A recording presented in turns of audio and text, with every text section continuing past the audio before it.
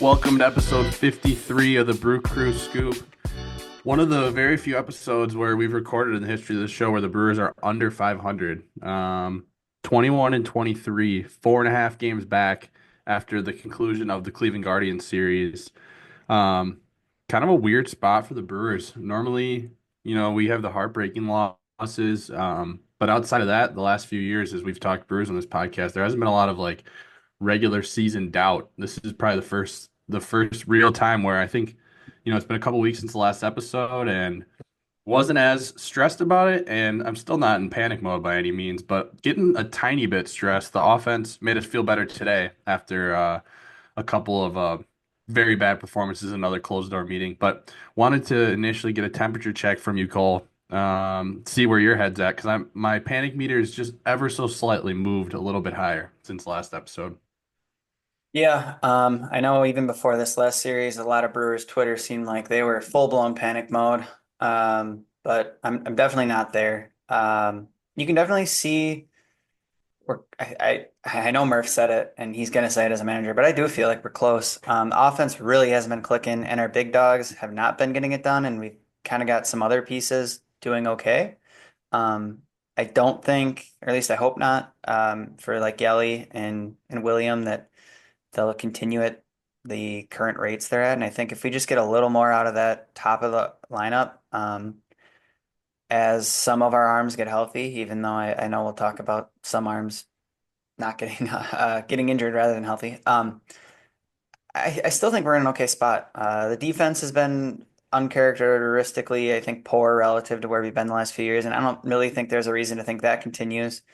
Um, yeah, we'll just have to do it the same way I think we had the last couple of years, and very similar to the way the team we just got out of a series with does it in the guards, and just play fundamental baseball, and I think maybe capitalize on more of that small ball we saw earlier in the year, and just hope that the guys that we thought going into the year were going to be our producers are going to turn it on, because I don't really think there's a reason to think they can't. Yelly especially. I know he was kind of good in spring training and showed flashes so far early in the year, but coming off surgery and all that, I'd like to think throughout the year he warms up. Contreras, I know, has been dealing with some injuries, and I'll talk about him a little bit later, but um, again, he's just a competitor, and I would also like to think he'll produce. Reese has finally been doing what we thought he could do, and there's no reason to think he can't keep that up. So, yeah, it's not a very exciting time to be a Brewers fan, I'd say, but I don't think we're in a bad place. Yeah, you talked about all guys that obviously are in the offense, the guys that are being discussed right now. In my head, who need to be discussed, I guess the best way to say it. Especially as a fantasy owner of Churio, Yelich, and Contreras, you can pretty much blame this on me. But I'm not too worried about Churio. He started a little bit slow last year. Maybe he's just gonna be a slow starter. He'll be fine. He's chasing. I guess I don't know the numbers, but eye test, he's chasing less, walking a tiny bit more. Yelich, same type of thing. I do get a little worried because he had a couple year stretch where he just frankly wasn't that good. Um, but he'll always walk a lot. He seems to be able to still drive in some runs. But again, coming off of back surgery, if nothing else, even just a little bit rusty. Um, Contreras probably, or I guess I'll go with Hoskins first. Hoskins, it's great to see because second year off injury, was getting worried with a little bit of a short, slow start, but he's been incredible. But Contreras is honestly the most concerning to me. They said that there's a fracture that has been there that he has played through, um, but all of a sudden it's got to the point where they're doing x-rays, nothing's changed, but it was hindering him squeezing the ball and holding the bat, which are the two things that we need him to do. So they kind of built him a little makeshift splint in his glove. I don't know how they are going to help that when he swings, but honestly, a bit concerning in my opinion. I don't know. I mean, to me, you almost think that you'd like to let it heal, I guess, but I don't know the specifics. Do guys just play with fractured fingers for a couple seasons at a time? Is that fine? But notably, his offense has not been as good as it was his first 2 years in a Brewers uniform. So, Yeah, um, I actually have some StatCast stuff for him and Reese that I might as well just jump into as long as we're yeah. talking about both of them. So, Baseball isn't just numbers. It's not science. You sure about that? just to talk about William quick, And I don't know if it's because of his finger or not, but his bat speed is down 2 miles an hour this year, which has led to his, well, that combined with less barrels overall has led to his exit velo being down 3.6 miles an hour this year. And I think his production, right, has kind of shown that. And I don't know if it's a finger thing. I also would think if we thought it was truly impacting his performance and we knew it could get better fast, I would have to think he would be sitting out for that couple of weeks or a month. I know Murph said like he's a competitor, he won't sit out, blah blah blah. But I mean, if it's truly hindering him and it would get better in a reasonable amount of time, and there was risk of making it worse, like significantly worse, or at least long term worse, I think he would be sitting out. So I don't know. I don't know. It's interesting. I'm not a doctor. If only I had a friend who was a licensed physician someday. Um, but yeah, so obviously not promising, but it matches the eye test, right? The one thing that I will say is when you click into his Savant page, if you scroll down, you get to see the defensive metrics, and that is one thing he has been really good at this year, actually. I Contreras, haven't he's the looked, but best in the I'm league at throwing guys out, oh as I yeah, think we've yeah, yeah, noticed, yeah. and even his framing on there is above average. So, he is getting it done defensively, which honestly, as a Brewers fan, from the catcher position is all we've had for like over half my life, other than when Lucroy was basically at the helm. It was basically just play defense and occasionally hit a ball, but we expect a lot more out of William, obviously. So that's him. And then for Reese, um, this year he's kind of not necessarily got it done with the slug, but he's been an OPS monster, and that's partly just because of the on base percentage. So he's 86th percentile in walk rate and 91st percentile in chase rate, which is honestly huge for a guy that's in a lot of those bigger spots with men on. I know earlier in the year we felt like he wasn't clutch, so on, but if you're not chasing, that's super helpful with not wasting at bats with runners on and forcing good pitches. And then he's 98th percentile in launch angle sweet spot, which is kind of a metric that starts to help kind of proxy for that home run launch angle. So I think if he continues to be patient enough at the plate and keeps up that launch angle, um, we could be in for a big kind of second half for Reese, which benefits him and us because he'll be walking into free agency and we need production. So for those two guys, that's what I had, and I think it both kind of align with the eye test, right? We all know Reese isn't slugging, but I would say it looks like he's on the edge, so that's at least good. Yeah, I don't think it's ridiculous to start doing a little bit of around the league standings now that we're into the second quarter. So first, just want to say Brewers wise, I know it's been a while, but it was always relevant when the Cubs come to town. So we'll start from there real quick. On Friday night when Craig and the Cubs came back to town, they blew us out 10-0. And then another 6-2 loss on Saturday, but then the Brewers avoided the sweep with a 4-0 win on Sunday. Um, Pete Crow Armstrong hit about 17 home runs. It felt like he looks really legit.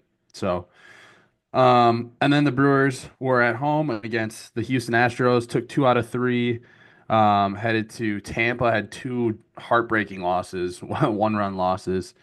And Yeah, then, both those games were there for the taking. They were yep, honestly pretty difficult to watch because we're getting to a point where we can't let all these close games fall. So yeah. snuck away with one in Tampa, but then headed to Cleveland and got shut out 2 days in a row. Bats came alive. It got interesting for a second there, but Bats came alive today. Brewers won 9-5. Um, I'll do a real quick standings check. Brewers, like I mentioned, are 4.5 back. The Cardinals has actually been red hot, and they jumped us. They're 2 back of the Cubs, who are 25-18 in first place. Looking around the National League, the NL West is all over 500, besides the Rockies, who are on pace for the worst record of all time. The Mets lead ahead of the Phillies and Braves in the East. And then looking at the wild card for the National League, the Brewers are 4.5 back of that third spot, which is the San Francisco Giants. And then around the AL Central looks really good, which is not something you've been able to say for the last couple of years. But Detroit, Cleveland, Kansas City, and Minnesota all above 500. Um, Yankees leading the East, and the Mariners leading the West, which isn't a total surprise, but they've kind of failed to actually get it done in recent years. So Shout out to the to just the A's, just not any city, the A's. 22 and Or 20. or their ownership group, Yeah, just the yeah, actual true. guys on the field and their supporting staff. Correct. Half game out of playoff spot for the A's. All right. You touched on it a little bit, but what's your big reveal? Who's the hot hitter of the week? Oh, stop jumping! On fire, Ricky Bobby! I'm on fire! He's so hot right now.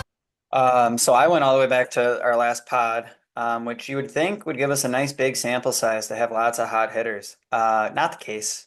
Um, I technically, I guess, of what I would call qualified hitters, it would be Reese, but he only had a 717 OPS and no eye-popping numbers. But if you've watched our games, you know we haven't been scoring. So I would, instead of Reese, I'm going to give this shout out to Jake Bowers, who had a 988 OPS over that span. And in addition to a couple shutout innings. So Jake Bowers gets my hot hitter of a couple weeks. And it did not take much to earn that crown because we have not had much hitting at all.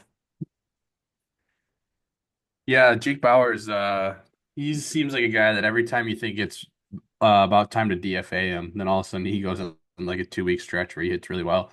It was kind of was the theme last year, but good to see it. He was one of the only bats along with Hoskins that kind of worth a damn lately. Um, the on the opposite side of that, I don't want to shed too much negative light, but Joey Ortiz is looking like frankly awful, and and there's really nothing we can do about it. We kind of just have to keep rolling him out there every day. Your only other option at shortstop really is probably Bryce Terang, but I would find it shocking if they moved him mid-year, just because of his pedigree at second base. And on top of that, when they did try it in spring training, the shoulder started to bark a little bit. So kind of a hole on the left side of the infield. And Caleb Durbin has shown flashes of being good, but he doesn't look ready to be an everyday third baseman for a major league team, I don't think. So um, yeah, I don't know. I don't know what you do. Cooper Pratt's too far away to help you out at shortstop. And I'm not saying that Joey Ortiz can't be good again, but it looks like he needs, I think you mentioned it, Cole. I think he needs some time down in AAA maybe just to reset. And I feel like guys get to a spot where it's just like you're just digging a hole, and it probably is turning into a mental thing. So Yeah, at least he's continued to be good defensively. But that's it's tough with his current offensive production. But yeah, like you said, there's not really much it seems like we can do right now with unless you make Monasterio the everyday guy for a while, but that's suspect. mhm. So yeah, definitely not an ideal spot there. And Durbin, yeah, I think he's looks like a solid utility guy. He honestly, I was going to mention this later too, but him and Sal have almost identical Savant pages. The first half of their batting pages are really light blue or dark blue. They're real low percentiles and exit velo, and stuff like that. But then they both have high square up percentages, which I guess makes sense. You're swinging slower, maybe you're able to square more up, not ripping through the zone as fast. And then their whiff percentage and chase percentage and therefore strikeout percentiles are all very good. So they're both obviously proficient at getting on, but Sal's been hitting a little bit better recently for sure. But yeah, Durbin, the glove looks good. It's just the arm, I don't know, at third. And then obviously we've long said what we want from a third baseman is someone who can mash a bit and slug, and we're not getting that. And in the other corner, honestly, Reese still isn't slugging, but I'm not going to complain about his current offensive output. But yeah, uh, I guess the one thing to say is after the last couple of years, beggars can't be choosers. So I guess Durbin's okay for now. But yeah, um, Yeah, I don't know. I think I mean, they're both young guys. That I'm not saying that they're not going. Oh, there he is. Hey, Coach Hey, Ian. I'm just stuck in traffic here. Don't worry about me, but You know I'll be. what? You know what? This is the best your connection has ever been, and you're Yeah. in the middle of a car, showed up in the middle of an episode. Oh, don't worry. No, I saw you sent me the email, so I was like, I'll pop in, say what's up. Hold on, I gotta merge. Oh my gosh. There's a huge accident, so just Real, keep real, going. real quick. What's your temperature check on the left side of the Brewers infield with Joey Ortiz and Caleb Durbin? Well, I did see that Andrew Monasterio made a few starts here, so when it gets to that level, we've got issues. If Andrew Monasterio is your Hey, go-to he was our guy, everyday third baseman for like a year, Yeah. and we made the playoffs, pal. well, we had a better supporting cast back then, I guess. I don't know. I don't know what to say for that, but I do like him as like, your eighth infielder playing in AAA, but not as like, him and Caleb Durbin switching off is not something that I look forward to in my summer of fun. He's no Josh Donaldson, that's for sure. Oh God, Josh, at least Josh brought like the name recognition. I don't know how many people are scared of Andrew Monasterio or Caleb Durbin. So, Breaking news, the Brewers signed Eddie Rosario to a minor league deal. Maybe he could play third base. He has one career game at third, so Yeah. maybe this late transition of his career, he's really looking to flash the leather in the Mm-hmm. hot corner. But he also has not proven to hit in the last few years, so I don't think he solves that problem as of now. But Key, our did you? our our AAA roster is starting to look pretty nice between him, big recent acquisition as well, and Bobby Dalbec. So we got some yeah, studs down in Yeah, Bobby AAA. Dahlbeck. 5 guys past or we're finding guys 5 years past their like athletic prime, I guess. Whatever. That's what the minor leagues are for. Key and spur of the moment. Who was your hot hitter of the week? Uh, it's got to be Hoskins, right? I mean, everybody else was dead cold, so he carried the boats. Other than that, I don't know. I mean, Yelich hit a bomb or two. Uh, William today, good for him. Frelick, and I saw Terrain took a couple walks over the last couple days, so that's inspiring. But it's got to be Hoskins. You sound really funny. I don't know if there's something about it. Did you just leave the dentist? No, I'm just like screaming because Oh, I don't know. I don't like wasting my gas on AC, so I'm just boiling in the sun right now. my gosh. Once you're driving over 50 miles an hour, they say it doesn't really make much of a difference on your gas. Well, good thing I'm going 21. Oh, all right. All right. All right. Cole, who's your untouchable pitcher of the week? You fellas are untouchable. Is that the thing? No one can get to you? I went with an array of bullpen arms in Mr. Mears, Mr. Abner Uribe, and Mr. McGill.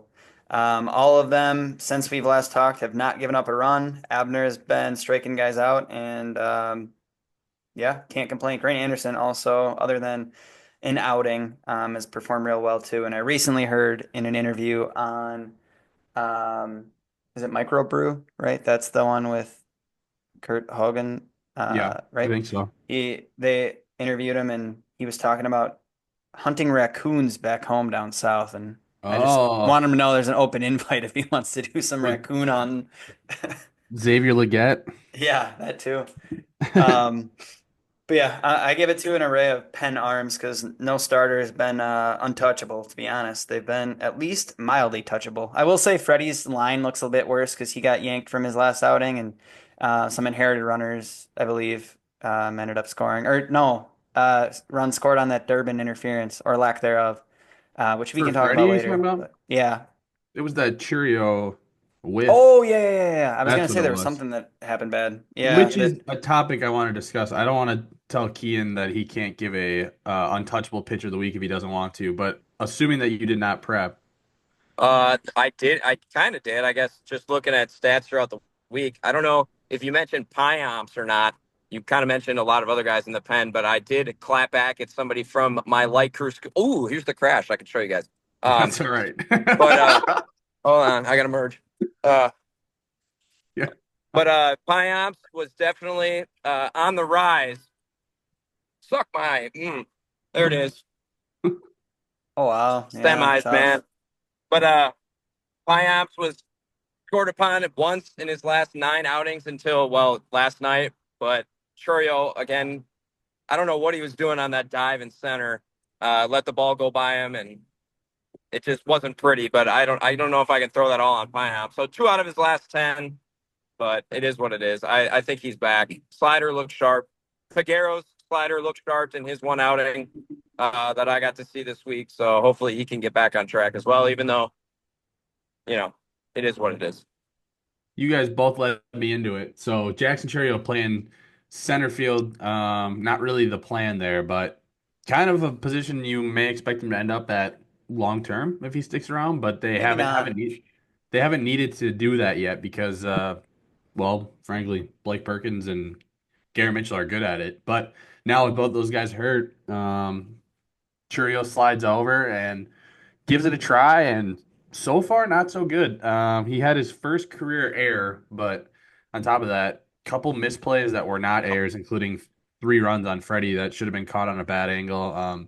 Notably, we've all mentioned before that he doesn't really have the throwing arm that you would expect from like a lot of these young superstars with power and speed. A lot of them got a cannon on him too. He doesn't really seem to have that, and even when he does, typically nowhere near the bag. So not super impressed with Churio's defense yet. And I kind of wonder again, another guy you don't think you move mid-season with the gold glove and everything, but could Sal Frelick play a better center field maybe? I don't know.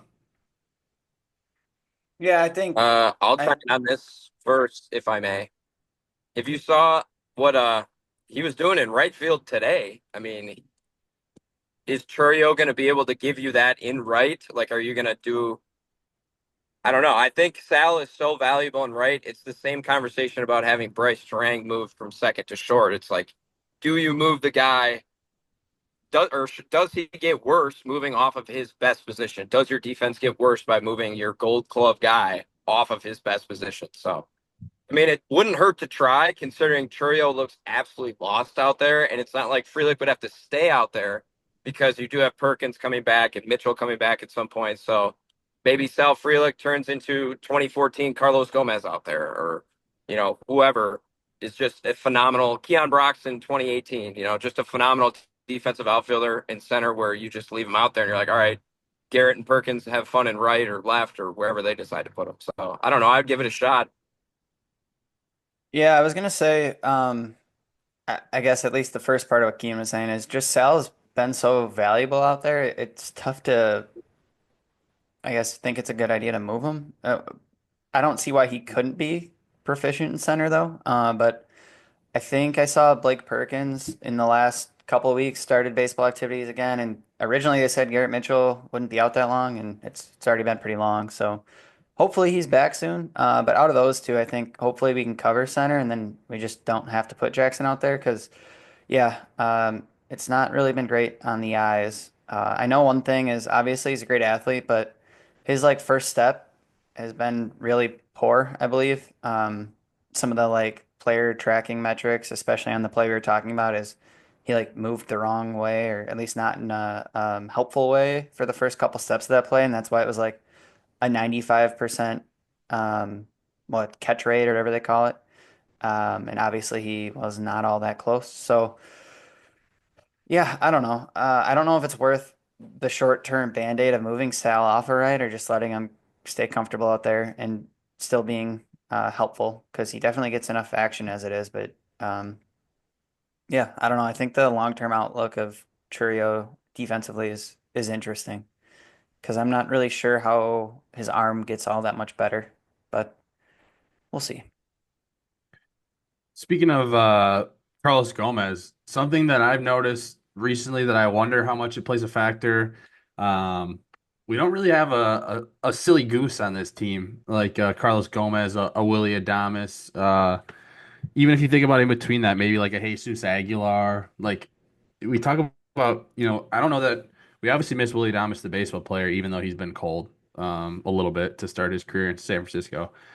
I wonder how much they miss him in the clubhouse because talk about a team that constantly overachieves. It seems like they always seem to have a pretty good clubhouse, and not saying they have a bad one by any means this time, but what do you guys think about that? And do you think I'm crazy for thinking that it could like not overachieving that we have had the last couple of years? Has that been affected at all by something like that? A clubhouse leader or lack thereof? Maybe Reese Hoskins now a serious leader?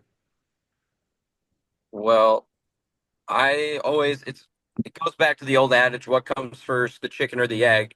Does the clubhouse leader emerge because they're winning, or are they winning because they have a clubhouse leader? Um, so it's give or take. I like to think of it as if you have a cool, uh, if you can play free because you're hanging around people you like and the vibes are good, then maybe that can increase your win total a couple. But rather than being in a hostile environment all the time where you might not feel or play as free. So I don't know. I don't think we have a bad clubhouse now, though. That would be, in that hostile area. Yelich has been here. He learned from Braun, who used to be the clubhouse leader, and then you had, the free and fun Willie Adames come and save the day after Braun was gone when they looked so bad at the beginning of 21. And now he's gone. So, does somebody step up, or do we have to blame our winning on being good? I mean, I don't know. I think we're still a good baseball team. I think we're better than the 2 games or 3 games under 500 that we are. So I don't like the idea of saying we're not winning because the vibes aren't there. Because the vibes can easily come back by winning 5 or 6 in a row. Yeah, I think we definitely have good leaders and positive vibes, at least, and out of the guys in the clubhouse and the leadership we have. But I would agree, I guess we don't have the same level of goofiness or whatever word you want to use that we've had in the past. Normally tended to be from kind of that Latin wing of the clubhouse too, right? Those guys always were just having fun. Like Hernan Perez even as well was part of the just I don't know, fun guys to watch. But yeah, I think with winning, maybe we can have a little more fun. I kind of reminds me. I think I saw there were clips. I think was it Sal and like Tarang and Yelly or something went to like a barstool office for something. I didn't watch any of those podcasts yet, but I Yeah. saw some clips. And Tarang doesn't exactly look like the goofiest guy I've ever seen in the world, but at least doesn't seem like negative vibes.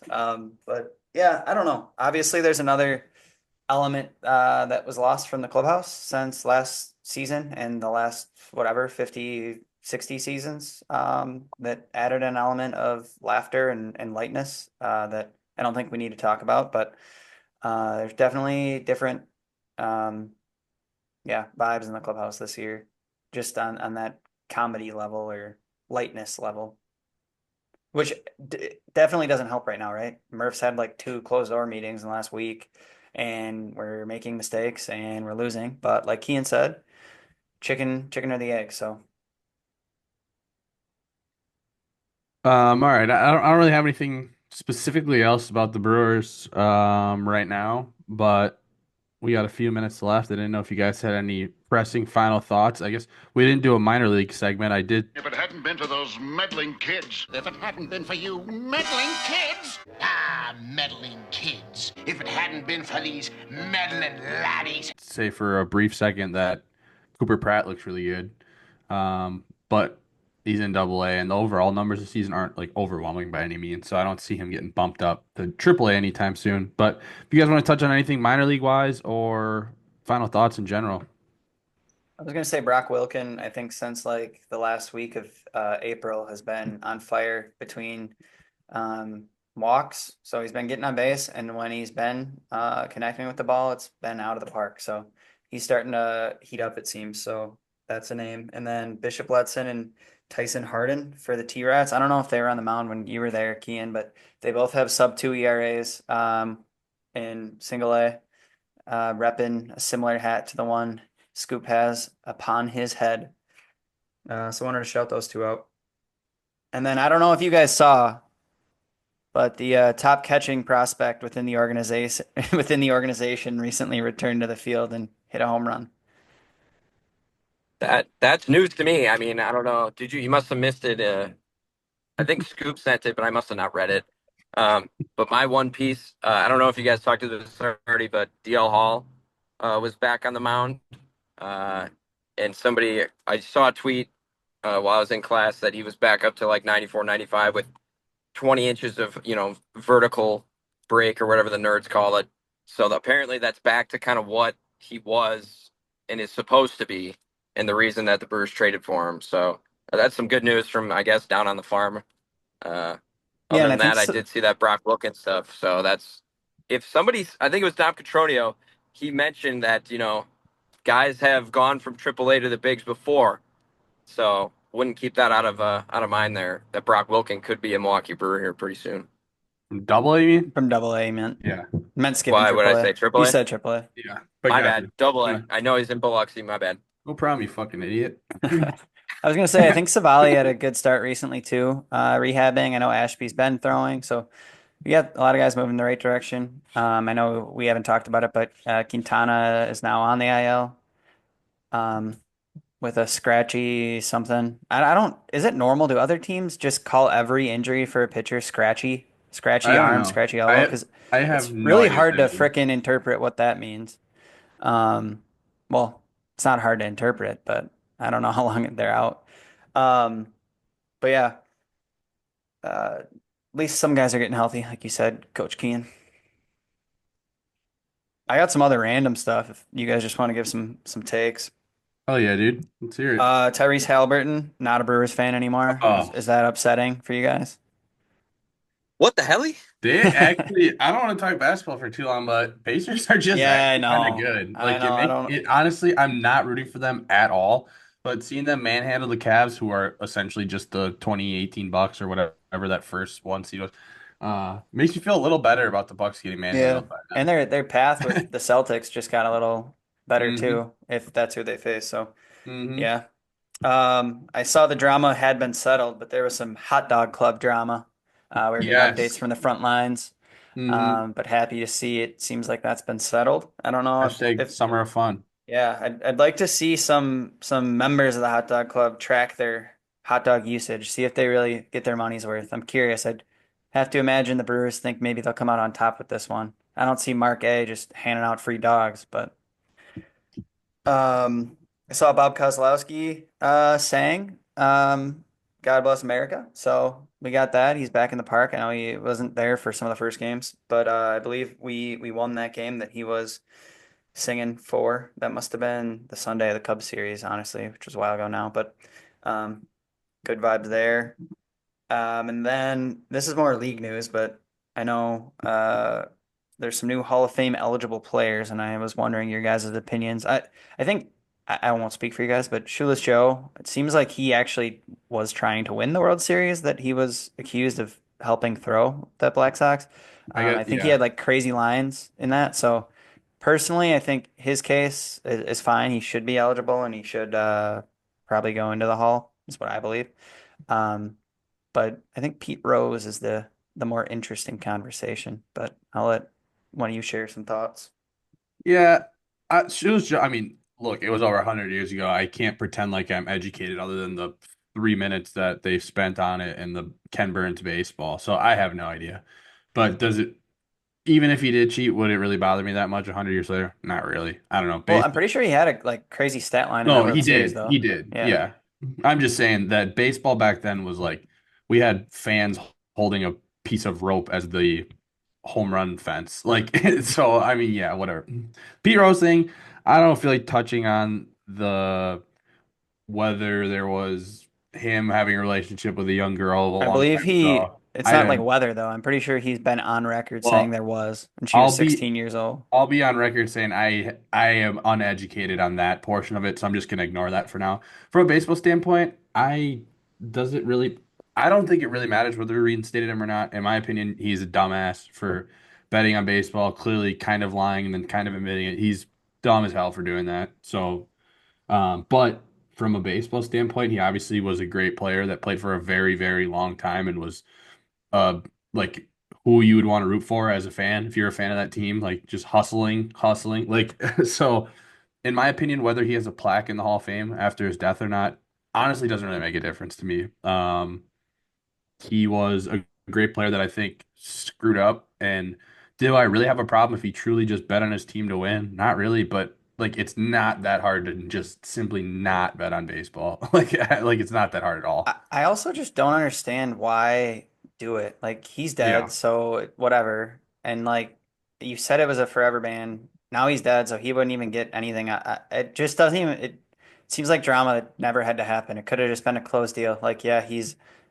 I guess you were saying, and I haven't seen like the police evidence, but seems to kind of be a douchebag, right? A good baseball player. I know. Yeah. I'm sure some of his teammates liked him too for the reasons you were talking about, right? He gave it his all when he was on the field, but definitely, yeah, bit of a tool, but it just I don't understand really why they would open the can of worms. But I don't know, Kian, you got an opinion? No, you guys said everything, and I don't want to comment on the whole Pete Rose thing because I didn't know that was existed until today. So I'm not going to pretend to know anything about it. Yeah, that's kind of how I felt too. Is like I've heard that before, but I truly don't know anything. So, but regardless, just from a baseball standpoint, like to me, the steroids thing in the steroid era, where like it was a total gray area on if they're breaking a rule or not. Seemed they were breaking a law, but they weren't breaking an MLB rule. Like Or at that. least they all were doing it. Yes, that's what I'm Not saying. again, which I still don't Right, really like, but right, can understand. exactly. It seemed like you you almost had to keep Yeah. up in 98 to 2004. So to me that bothers me a lot less. And I guess I wouldn't take a stance 100% either way. Like I'm not that passionate about it. Like I like Barry Bonds if he's in the Hall of Fame, awesome, but I also am not very passionate one way or the other.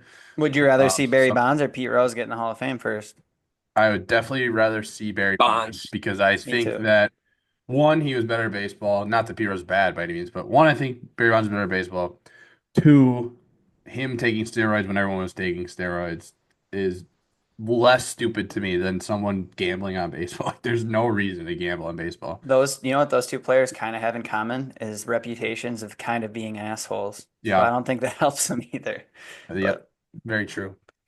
I will yeah, say one thing on the on just the my final thought is that baseball is such an odd sport that not only does your all-time hits leader not be able to or wasn't eligible until today to be in the Hall of Fame, but is now probably won't get in at least this year. But your all-time home run king, basically the two greatest counting stats in your sport, are not in the Hall of Fame Yeah, and probably won't get in for some time, that's if ever. excellent. It's wild. That's an excellent way to put it. That is crazy. yeah. And let's not pretend like there's not a non-zero chance that Shohei was gambling. I'm not saying he did, but it's definitely possible. And he is the next golden boy of the next probably 50 to 100 years. So, Speaking of Shohei, World crazy. Baseball Classic, we Ben got Verlander is about to come on your ass. Scoop, you better lock your doors, boy. I He's don't know coming for about you. that. He heard But that. no, Cole, go ahead. We got 1 minute I left. don't know if Keane said come on your ass or come for your ass, but He did anyways, say a on. couple big Well, commitments I'm for coming in Team it. USA with Skeens and Judge. But I saw Munoz committed to Team Mexico, and I'm just ready for the first commitment from a player that has no chance of making a roster because I'm Yeah. gonna chuckle. Should But should we post that we are committed to the yeah, Team USA if I'm they need committing, us? committing. But yeah, the World Baseball Classic roster is already starting to gain some heat. Hopefully, we get arms so where you don't have half a team like we did last World Baseball Classic. And True. hopefully, Roki is on Team Japan at this point. Oof. Yeah. Yeah, because if he pitched in the championship, we would have waxed them this year. All right. Thanks for listening. All right, gentlemen. RBF is Go, out of traffic. Goodbye. go Brewers. Go Bye. Brewers.